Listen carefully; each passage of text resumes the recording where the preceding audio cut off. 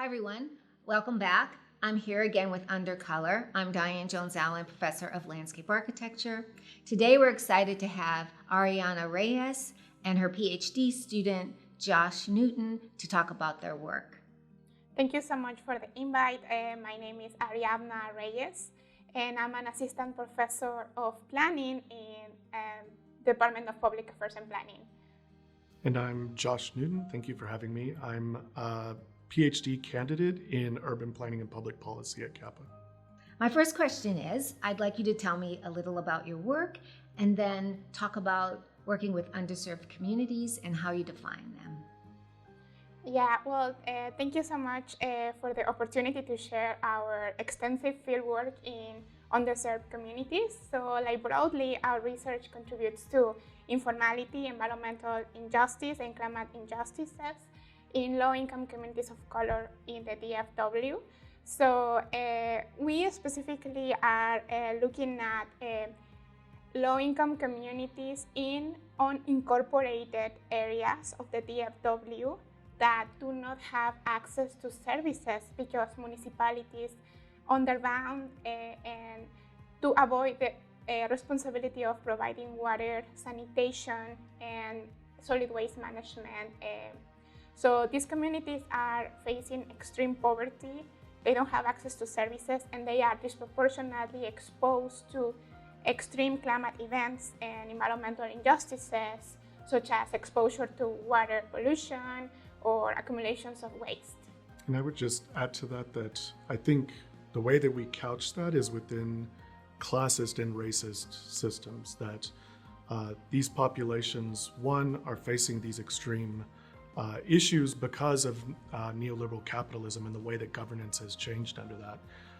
But also they're historically bounded in these racist systems that have segregated them into certain parts of our regions and also led to certain types of outcomes because of that. Okay, so the two of you are in academia. So what are you doing in particular? How are you using the knowledge and skills that you have as an academic to address these problems? So I am a planner, but also have a background in civil and environmental engineering. So I have been using my technical and participatory action research skills to empower the participation of residents. And so some of the things that we do is to conduct fieldwork and empower residents to participate as our research partners. And so we use a variety of research skills in order to empower the participation and so they can contribute and then we can envision together solutions to help them address their concerns. I think a really important thing to add to that too is our connection with activist organizations, because academia, as you are probably aware, is oftentimes very disconnected from communities. But activist organizations are often much more connected and have feet on the ground in the community and that. And so we're working with one organization that's been really important to helping us connect with community members and making sure that we have a platform to have discussions with those community members. How do you empower communities? You actually use that word a lot, and I'm really excited because that was what I was going to ask you about. So in that vein, in that kind of transactive engagement with communities, I'd like to know, how do you come up with these solutions and how do you work to help them steward these solutions forward? Yeah, so we understand that the role of planner is the facilitator between communities and organizations. And so one of the things that we have done is spend time with them. We have been in the community for over a year, all the summer. And then, so we understand that they have busy lives, so we respect. And then, so we, first of all, so we try to connect with local churches or local organizations. And if there is no a social leadership that we can work with, we just stay and walk and be there, help us build relationships of trust. So we particularly work in a freedmen settlement founded by emancipated African American families in the 1870s. However, after 150 years of its foundation, the community still doesn't have access to water, sanitation, and solid waste management. And so that means that historically they have been exacerbated by many issues. And so we also noticed that most of the community members left the community because of precarity and all the exposure that they have to environmental injustices. So we also identify new community members such as very low income Latinx and white residents. So we try to engage with all of them. And so personally, we have been participating in their community meetings. Sometimes I personally have provided translations from Spanish to English to empower the participation of all. And I think that more importantly, using the skills that planners should have, which is listener, a good listener, a good facilitator. I think we have been able to build relationships of trust, which takes time. Dr. Allen, like we have been there for 1 year, and we know that this is not going to be easy or fast. And so we understand that we need to build relationships of trust that take time. Yeah, I think to add to that also, one, we went into the community at first with some of our own ideas of what we thought we should be studying, but over time our research agenda has evolved based on what community members are telling us, because I think we have this deep sense that communities know their neighborhoods much better than we ever possibly could, right? So our research agenda has changed based on what they tell us about their own neighborhood, but also a lot of the solutions that we imagine are building upon solutions that community members themselves have already enacted in their community. So I think as planners and as researchers, we're trying to figure out what resources we have that can help them accomplish the solutions they've already come up with.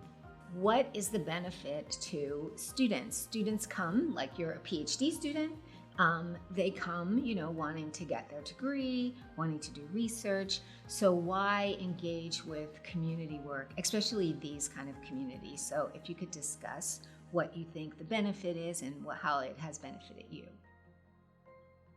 I think, well, on the one hand, just personally, I'll say, I came into planning because of its focus on solutions. I actually have a background in the humanities and religious studies and history. And through a number of weird turns in life, I ended up coming to planning.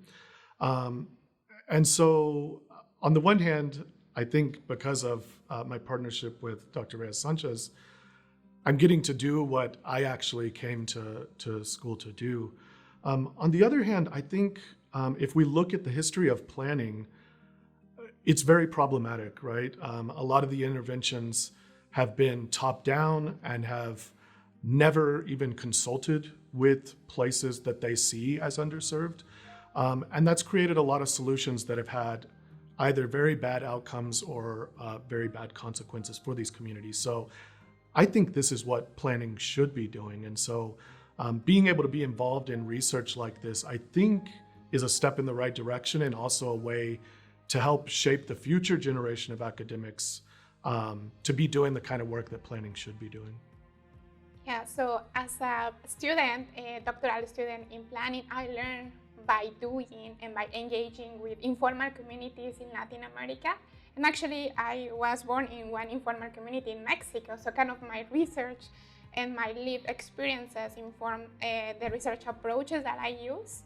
And I think that the best learning experience I had, it was when I went to the Dominican Republic and engaged with an informal community through participatory action research. And when I became a professor, I couldn't wait to engage students. And I have been very lucky to have Josh and also other students, master and undergrads, engaging in this. And I see them as my research partners, and we have been successful in securing funds, and I think that we are going to be working in this community for a long time. So I was going to ask about your support, but it does, you're getting support from the University to do this work? Yeah, so thank you for the question. So we, Josh and I, were awarded with the Crossing Latinidades grant, and that is going to help us conduct research on climate injustices for low-income communities of color in the DFW. And this is very important to us because most research focuses on the US-Mexico border. And there is very little literature on low-income of color communities exposed to environmental injustices across US cities. So we have been lucky, and he has been awarded too with a fellowship. I'd like to ask about the city of Dallas. Have they come to the table? Have you been able to engage with them? Have they moved the needle? Because this community, as you mentioned, has been without services for many years. So I'd like to know if there's been any participation or help from the city. So one of the motivations of our research is to understand how communities come together and address their own environmental injustices by implementing community-based strategies. We have been documenting that they have a lot of resources, and we have been trying to promote solutions. We haven't really engaged the governments because learning from their experiences, they have been using policies such as a floodplain designation and other misguided policies to displace residents and to ban upgrading of houses. So we have seen a lot of distrust, and we haven't really engaged them. Yeah, and just a point of clarification, actually, because this is an unincorporated community, it's actually the county of Dallas. Yes. And so on the one hand, they have, I guess, much less procedures in place to actually engage with these types of communities than the city would.